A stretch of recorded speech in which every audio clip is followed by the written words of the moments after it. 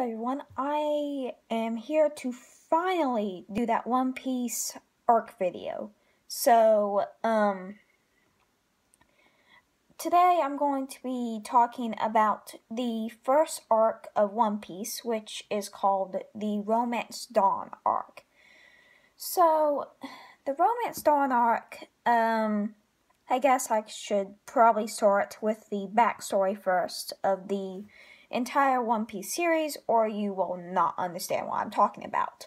So, the backstory is, the One Piece story starts about 20 years after the death of a man named Gold D. Roger. Gold D. Roger, okay? It's not Gold Roger. It's Gold D. Roger. It irritates me when anyone says that it's Gold Roger. It is not. It's Gold D. Roger, okay? So, sorry about that. It just irritates me, okay? So, Goldie Roger was the king of the pirates, and he was also known as the man who obtained everything that the world had to offer.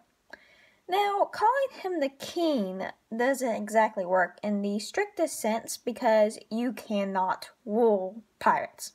It's not going to work. You cannot order pirates around. They're pirates. They're outlaws. It's not going to work.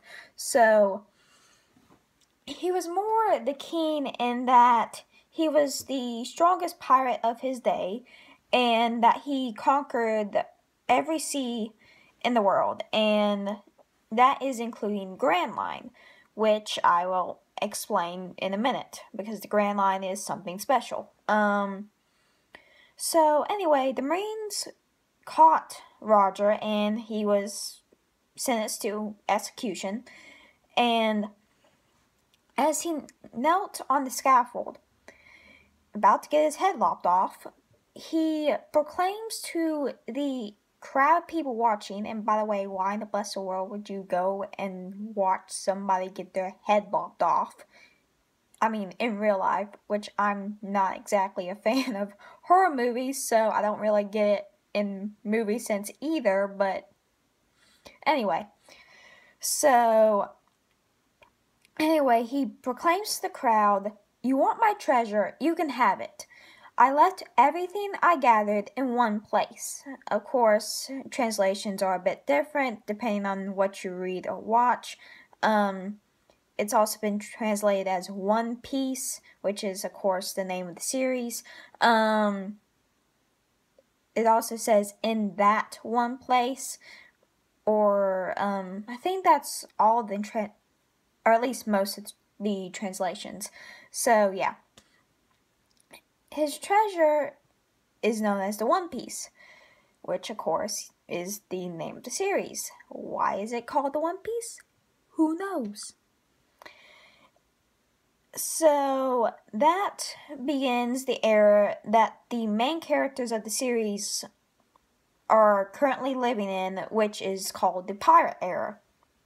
So, the main character of the series is a 17-year-old boy named Monkey D. Luffy, whose goal is to become the next king of pirates. And before anyone asks, I do not think that he's related to Roger, okay? Things get a little bit confusing sometimes, but I don't think Luffy is blood related to Roger. There's a whole other thing about that I'm not going to explain in this video. That's later down the line. Much later down the line. So, his dream is to become the next king of the pirates, and to do that, he needs to find the One Piece. Well, to find the One Piece, he has to sail the Grand Line. So, finally going over what the Grand Line is. The Grand Line is a very, very unique ocean current that effectively splits the world in half, which, the Grand Line wraps around the whole world. It's, very similar to All World, except, of course, the Grand Line cutting it, and also, the One Piece world is mostly water. And yes, I know our world is also mostly water, but we have continents. The One Piece world only has like islands. Some of them are large islands, but they're still just islands. There is only one continent, and that is the Red Line, which is perpendicular to the Grand Line and is basically just a sheer rock cliff that stretches all the way up into the atmosphere. And as far as we know, there is only one city on the Red Line. And I'm not going to explain that city right now. It's going to be important later, just not really. It's important for the overall series, but so far it hasn't really been important for what is happening right now. So the first half of the Grand Line, since it is perpendicular to the Red Line, and the Red Line cuts the Grand Line into two parts, the first part is called Paradise, and the second is called the New World. Well, this is because while there is a 99.9% chance of dying in Paradise, okay, that just sounded weird. There is about a 200% chance of dying in the world. So, yeah, basically the Grand Line is certain death to most pirates who don't have special abilities or are, like, severely OP. So basically Luffy has to survive Paradise and also not get caught by the Marines, who are gunning after all the influx of pirates caused by the starting of the pirate era. Of course, the pirate era has been going on for like 20 years now, but you get what I mean. So that's the backstory and the main character. So let's get on to the start of the manga. For right now, I'm not really going to go over the anime. I will for the first chapter, well, more like second chapter, but I will for the start, because the first episode and the second chapter, there are big differences. So, for the most part, the anime follows the manga pretty religiously, but the first episode right there was just like, I personally watched the anime before reading the manga, and like, I love the anime, but when I went back and read the manga, I was going like, oh good lord above, they changed so many things in the first episode. It's ridiculous. So the start of the manga, the first arc, which is Romance Dawn, is 7 chapters long, and the name of the arc is named after the 2 one-shots, Romance Dawn V1 and Romance Dawn V2, which were written by Eiichiro Oda, that would eventually become the One Piece series. So, the anime temporarily skips over chapter 1, which is Luffy's backstory, and it then goes on to tell it in episode 4, which is the start of the second arc, which is the Orangetown arc. So I'll get to Luffy's backstory in the Orangetown arc video. So starting with chapter 2, actually, you know what? Let's just go on with Luffy's backstory, because since I am just doing basically the manga and just adding little tidbits of the anime, if it's like really different, let's just go on with Luffy's backstory. So, Luffy, when he was about 7 years old, he was living on this island, and it's called Dawn Island. So on Dawn Island, we don't really know all that much about his early life, but when he was 7, this pirate crew came to his village, which is Fuchsia, and stayed there for about a year. And that was the Red Hair Pirates, whose captain is Shanks. So when Luffy was 7, he spent a lot of time with the Red Hair Pirates, and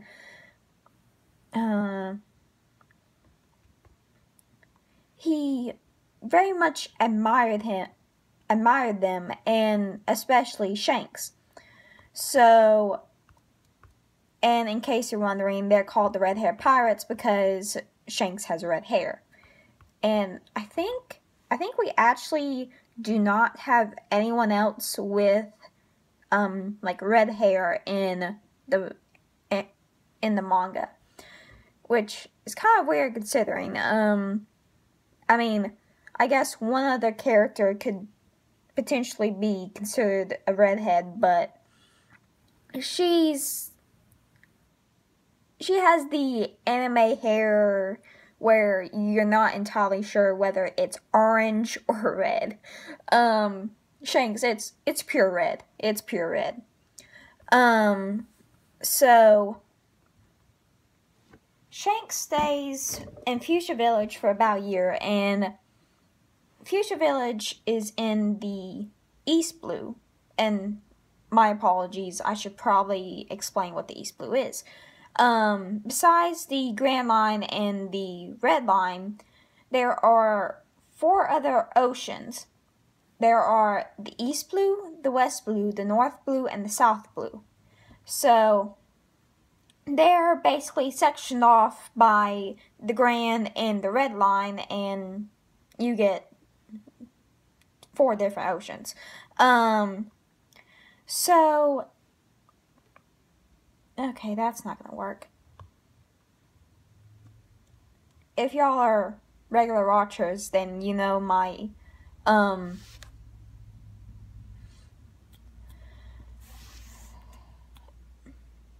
man, sorry. My internet messes up a lot. So just 1 second, please.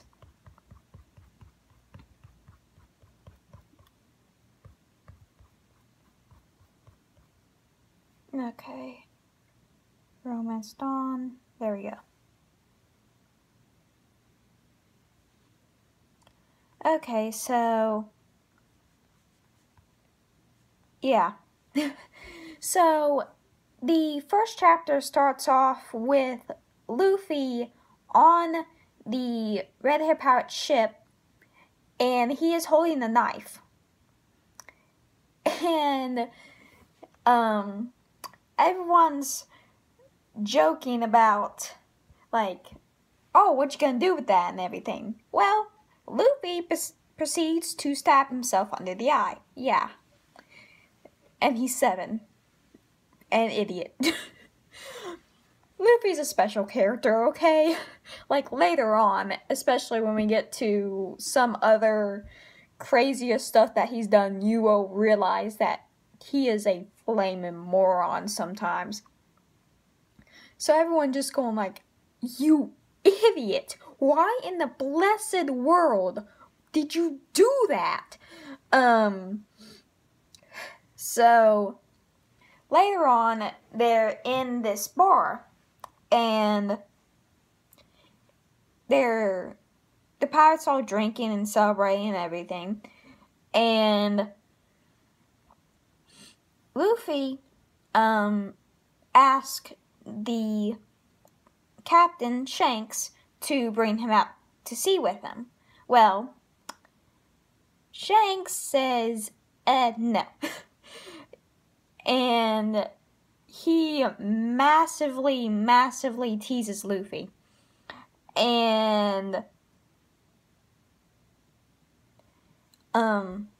while they're all sitting there, this band of bandits comes in. Well, the bandits are in there for, of course, alcohol. So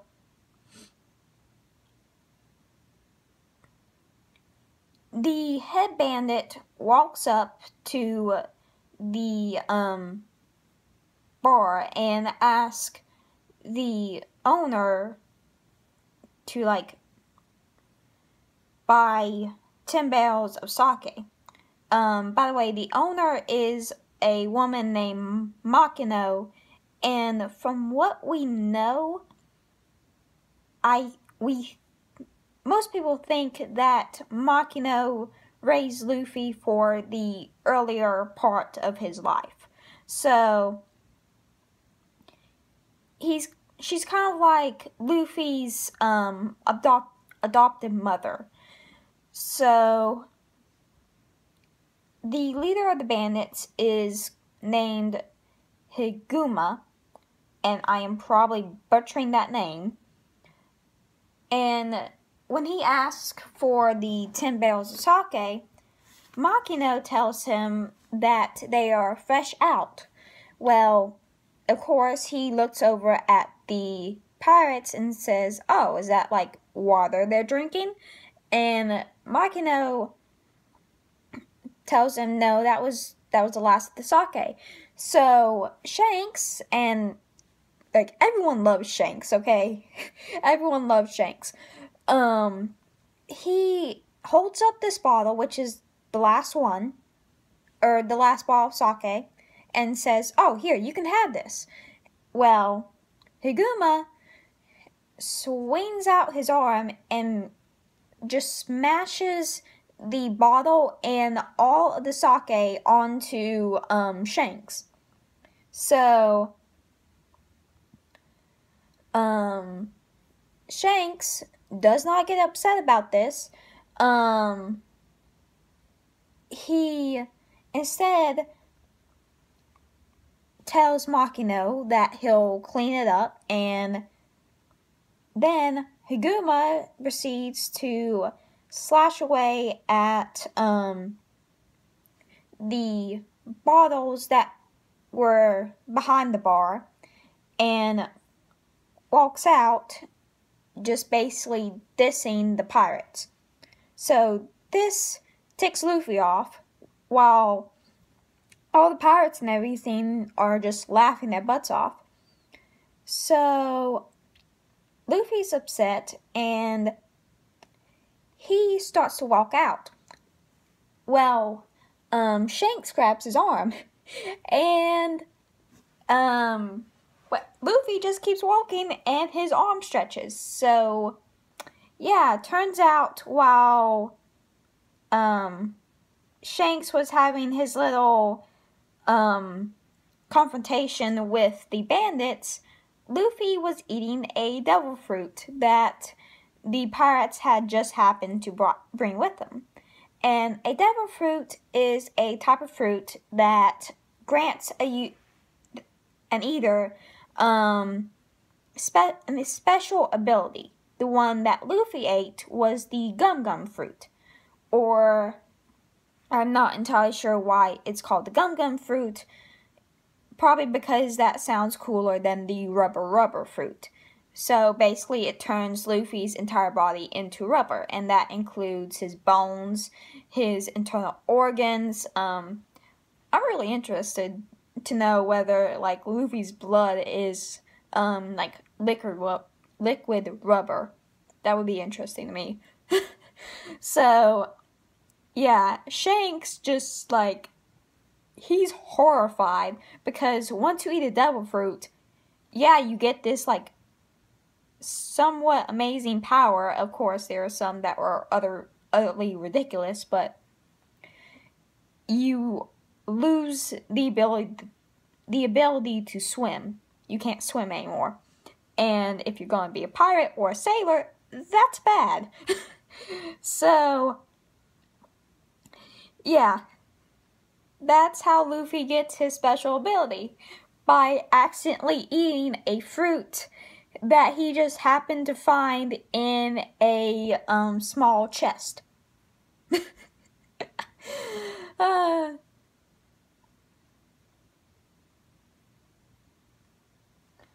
So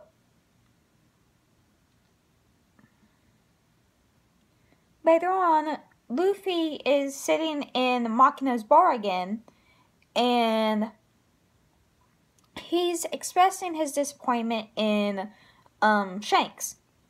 Well, the bandit Huguma comes back in, and he asks for sake again, or, well, demands sake. Well, then we cut to a later scene where Makino barges into the mayor of the town's house and says that Luffy was kidnapped by the bandits. So it turns out that the bandits were talking bad about the pirates, or the red hair pirates. So Luffy got offended and told them to apologize. Well, Luffy proceeds to try and fight Huguma, and he's just basically stomped down like it's nothing.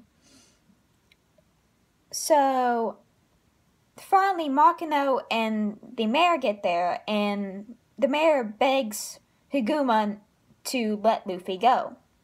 Well, Huguma's a butthole, so he decides, oh no, I'm just gonna kill this little brat. So before he can, Shanks appears, and he then proceeds to walk towards Luffy, and he, of course, the bandits try and fight him and his crew. Well, they get wiped out, like it's pretty much nothing. So basically,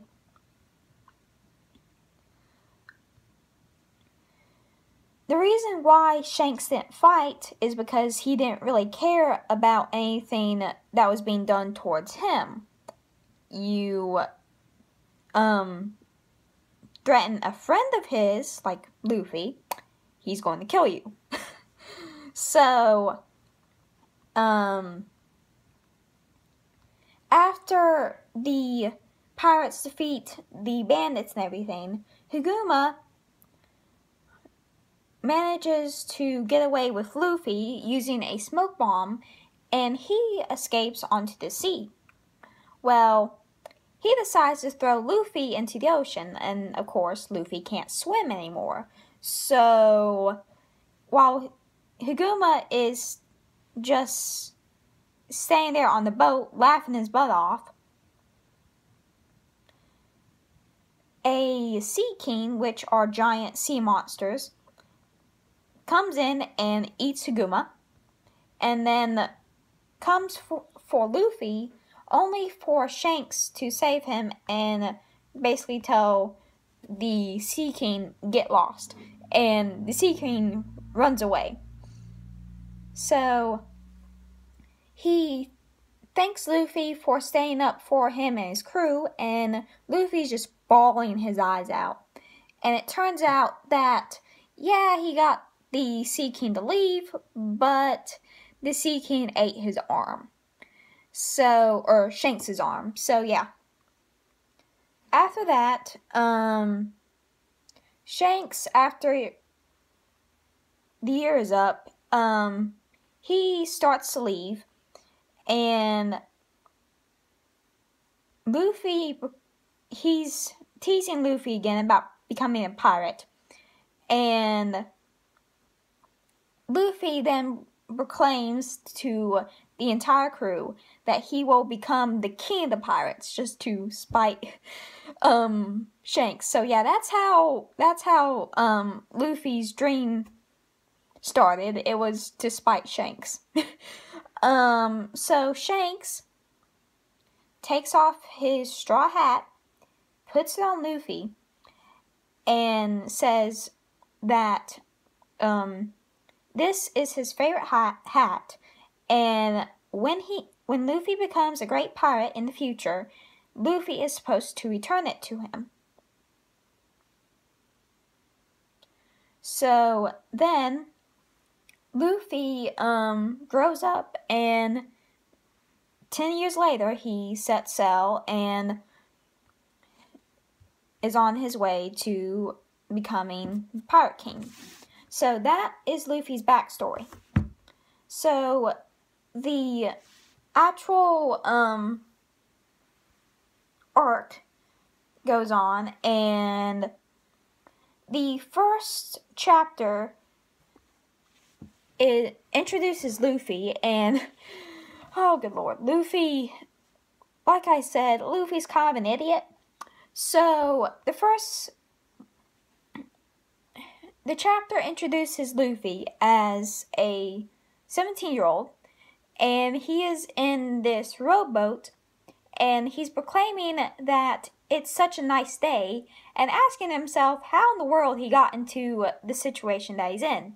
The situation being that he's caught in a whirlpool.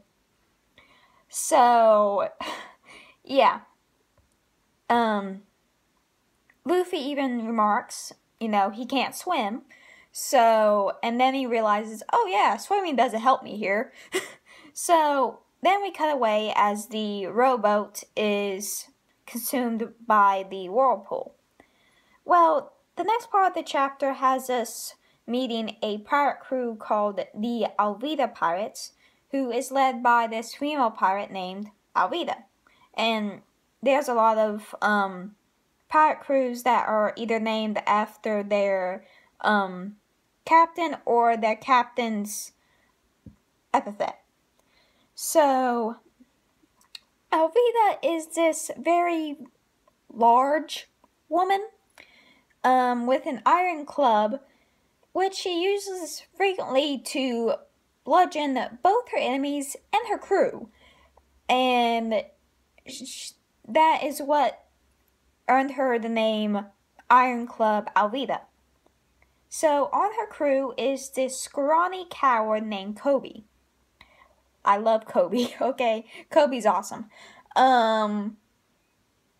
Who is basically the only one on the crew who knows how to navigate. And also the crew's punching bag. So basically, 2 years earlier, before the start of the series, he somehow ended up on Alvida's ship. In the anime, it said that he ended up on a rowboat that was headed to the pirate ship, while he was trying to catch his dinner, and it just ended up being the rowboat that the pirates were using to get from the island to their ship, and and so yeah, that's how he ended up with the Alvida Pirates. And I do not believe this was explained in the manga. So since then, he's basically been their slave. So Koby ends up finding this barrel on the shore and brings it back to the pirates' hideout. Also, one other thing, the pirates seem to be on this island, and in the anime, like I said, they change a whole lot of things from the second chapter to the first episode, and one of them is that in the manga, the pirates on this island, and in the anime, the Alvida Pirates attack this cruise ship, and that's how Koby and Luffy meet. So Koby brings the barrel ashore and takes it back to the hideout on the island. And right before the other pirates open it, Luffy pops out of the barrel screaming that he had a nice nap and he thought he was going to die. So, yeah. This obviously shocks the pirates, who then demand to know who Luffy is, who then just repeats the question back to them, probably ticking them off just a little bit. Luffy's good at that. He's good at pissing people off. So then Alvida throws her club into the building because she had heard someone screaming that they had a nice nap and thought that it was one of her crew that were slacking off. Well, it ended up not being that, and the crew, after waking up from getting knocked out, tells her about this guy who just popped out of a barrel, and Alvida thinks that it's the pirate hunter Zoro, and remember that name because he is important. So Luffy is still in the barrel, or at least still staying in the barrel, so when Alvida threw her club into the building, Luffy ends up getting knocked into the woods. So Luffy is then later on shown to be talking to Koby, and he asks him for a ship or a boat or something, since his, sank in the whirlpool. They begin to talk about Luffy's dream, and Koby basically tells him that it's impossible. There's a whole bunch of pirates in the world that are much stronger than Luffy, and there is no way that Luffy can find the One Piece and become king of pirates. Well, this makes Luffy hit him, and Luffy tells him that it doesn't matter, and if he dies, then at least he tried to accomplish his goal. Well, Koby is very impressed by Luffy's resolve and reveals his own dream, which, opposite to Luffy, is becoming a Marine. So he also wants to capture Alvida first. Well, Alvida decides to come in right at that moment and asks, and of course hears Koby saying that he wanted to capture her, and Alvida mentions that Luffy doesn't look like the pirate hunter Zoro, and that Zoro was still at the Marine headquarters and basically being held there. So she then asks Koby who the most beautiful thing on the sea is, because her whole thing is that she thinks that she's very beautiful. Well, while Koby is attempting to answer her, Luffy interrupts and asks him who the rude lady is. Well, that helps Koby finally find the courage to tell her exactly how he feels about her. And before Alvida can kill him, Luffy puts him behind him and takes a blow, which reveals his special ability, which is his body's rubber, so blunt attacks like Alvida's club doesn't really work on him. He then uses Gum Gum Pistol, which is one of his attacks, which is basically using the rubber in his body, which can, stretch, throws back his arm, stretches back a long ways, and then it slingshots back and hits Alvida, sending her flying. Well, then Luffy orders the rest of the crew to prepare a ship for Koby. Well, then Koby and him end up sailing off, and Luffy, while they're sailing off, proclaims his intention of having Zoro, the pirate hunter, join his crew. Well, that's the first chapter, and the first episode of the anime, like I said, it has them instead on a cruise ship, and also has a character that was not supposed to be introduced in this arc. She was supposed to be introduced in the Orangetown arc, so I guess the anime people just wanted to introduce her sooner. Who knows? So the rest of the arc is what I personally like to call Zoro's introduction arc, or mini arc. So basically, it just introduces Roronoa Zoro, the pirate hunter and user of the three sword style. So basically, he has a sword in each hand and one in his mouth. Don't ask me how the one in his mouth works. I have no idea. So basically, his dream is to become the best swordsman in the world. So that was also his friend Kuina's dream. Well, Kuina died when they were young, passing on the dream to him. And when they were young, Zoro could never ever defeat Kuina, who was the sword masters that taught both of them daughter. So Kuina also thought that she could never be the best swordsman woman in the world because she was a girl and girls were naturally weaker than guys. Well, then Zoro, who is upset about this, tells her that she has to promise him to, one of them has to become the greatest swordsman or swordswoman. Well, Kuina ends up dying, and after she dies, Zoro goes to her father and begs him for Kuina's sword, and basically uses it to complete their dream where Kuina couldn't.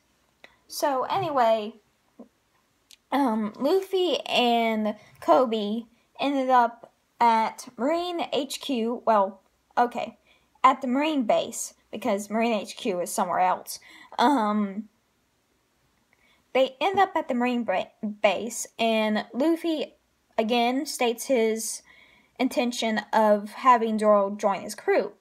Well, later on, Koby and Luffy are both eating in this restaurant, and Luffy again brings up Zoro, and everyone in the restaurant just freaks out. So Koby tells him, you might not want to say that name because he's like a known bounty hunter and like everyone's terrified of him. Then Koby then mentions the captain of the base, or commander, who is Morgan. Well, that causes everyone to freak out again, which confuses Koby because, Morgan is a Marine, and in Koby's mind, that means he's a good guy. Well, yeah. So they basically make it to the Marine base, and they end up finding Zoro, who's in the execution field. And he's tied up to this, really looks like a cross thing. And, he's basically tied up there, and while they're, staring at him, this little girl comes over the, wall and into the field, and she basically wants to give Zoro, some, rice cakes. I'm sorry, I cannot remember what they are actually called. Rice balls, sorry. Why did I say rice cakes? Anyway, rice balls. So Zoro tells her to just go away, leave him alone, and then it's Lieutenant Morgan. The lieutenant's son, Helmeppo, comes in, and he snatches up one of the rice balls, takes a bite out of it, and then spits it out and says, "Ew, you put sugar in it." So he then orders one of the Marines with him to throw the little girl out of the field, and there's a very big wall surrounding it, so she's basically chucked over the wall. Luffy ends up catching her, and the little girl proceeds to tell them why Zoro was captured and everything, because Helmeppo had this dog, or it was really a wild wolf, and he brought it into the town, and basically anyone that got in its way or his way, he would order executed. Well, the girl, the dog, wolf, whatever, comes into her mother's, I think it was, I can't remember if it was the house or, the, like, restaurant or something. So the girl tries to, like, chase it away because it's, like, up on the counters and just snapping at people and everything. So she tries to chase it away. Well, the dog goes to attack the girl, and Zoro, who was sitting there, attacks the dog instead and ends up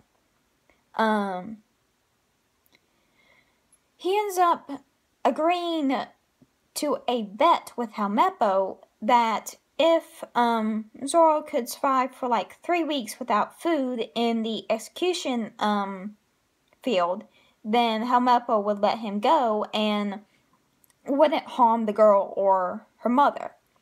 So that's how Zoro ended up there. Well, Luffy hearing this and Helmeppo coming in and basically saying, oh yeah, I never intended to fulfill that promise. Like, Zoro's gonna die, like, was in 3 days or tomorrow, one or the other. So this ticks Luffy off. He punches Helmeppo and then runs off to go into the execution field and basically tell Zoro, okay, well, you're joining my crew now. Yeah, Luffy, when he asks someone to join his crew, he will not take no for an answer. Later on, he asks someone, I will not say who, to join his crew, and the guy says, I refuse, and Luffy says, I refuse your refusal. That is Luffy in a nutshell. So Zoro was like, no, why would I want to become a pirate? So Luffy says, okay, well, I'll go and retrieve your swords for you, and if I do, then you have to join my crew. And Zoro's like, wait, what? I did not agree to this. Of course, Luffy ends up going anyway, and he slingshots himself onto the roof, ends up breaking the statue that Lieutenant Morgan was having put up in his honor. And, like, Lieutenant Morgan has a very, very, very inflated ego, so he wants him dead now. And Helmeppo's there, so Luffy just grabs Helmeppo and says, okay, well, take me to where the swords are, and just basically, like, starts dragging him along on this, like, wild chase. Well, in the field, Koby is there, and he's starting to untie Zoro, because he's like, okay, this is not how Marines should act, and, like, you have to get out of here, they're going to kill you.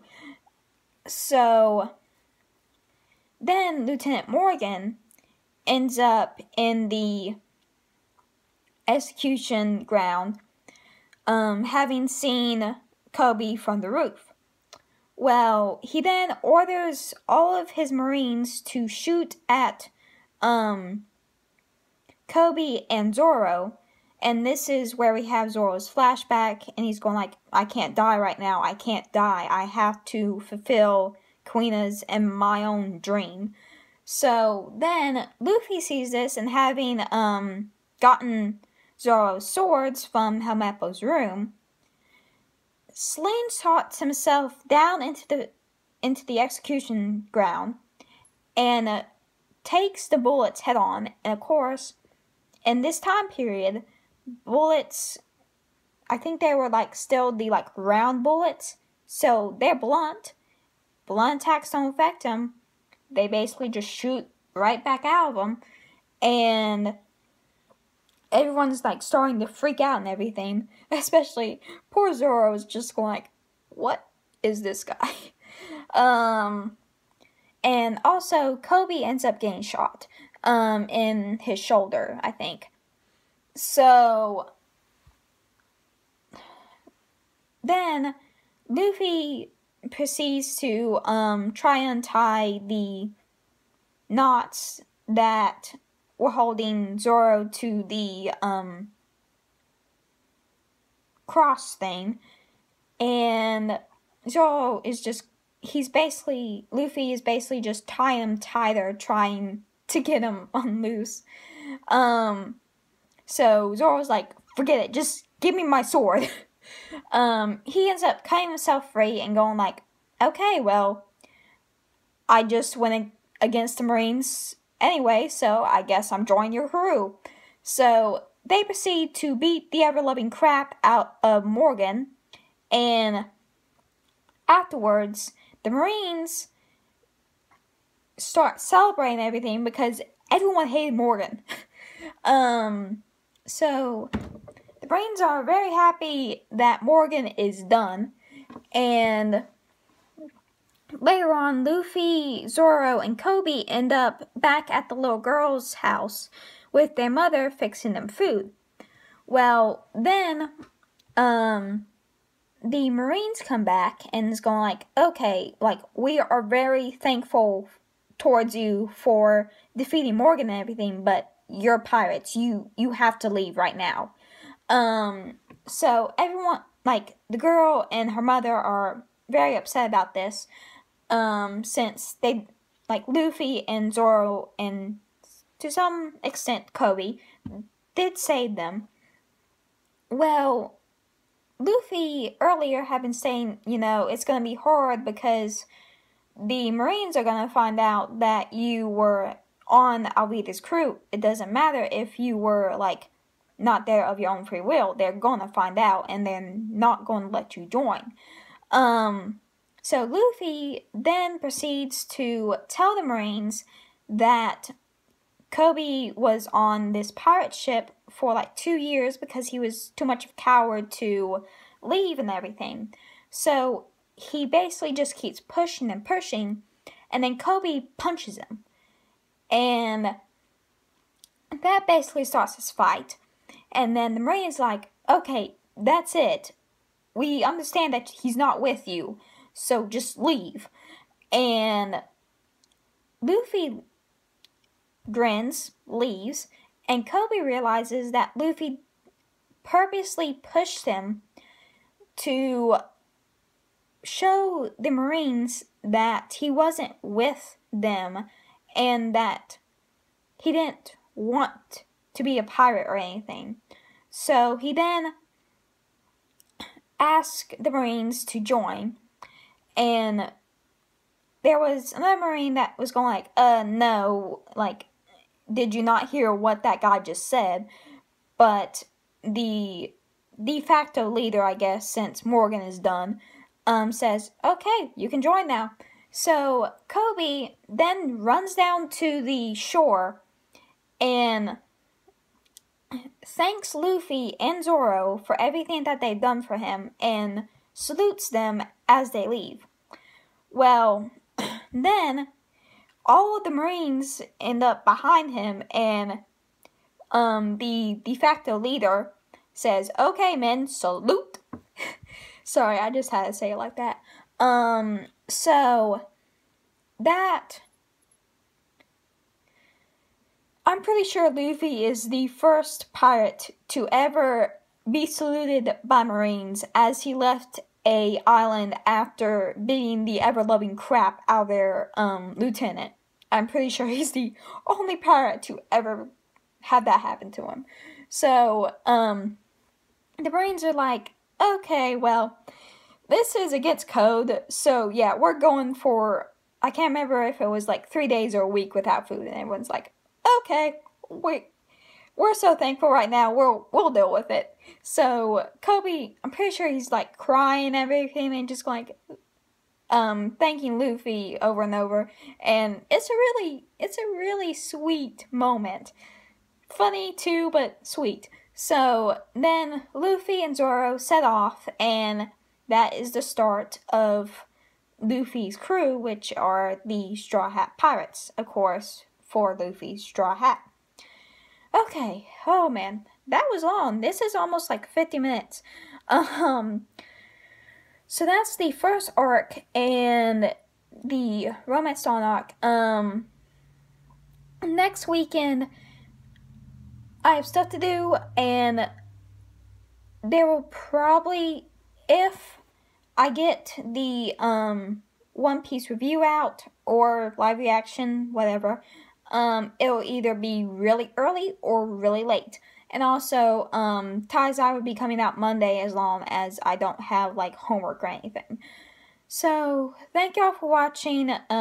Thank y'all for waiting for this, because I know I mentioned this a while ago and I just haven't had the time to do it.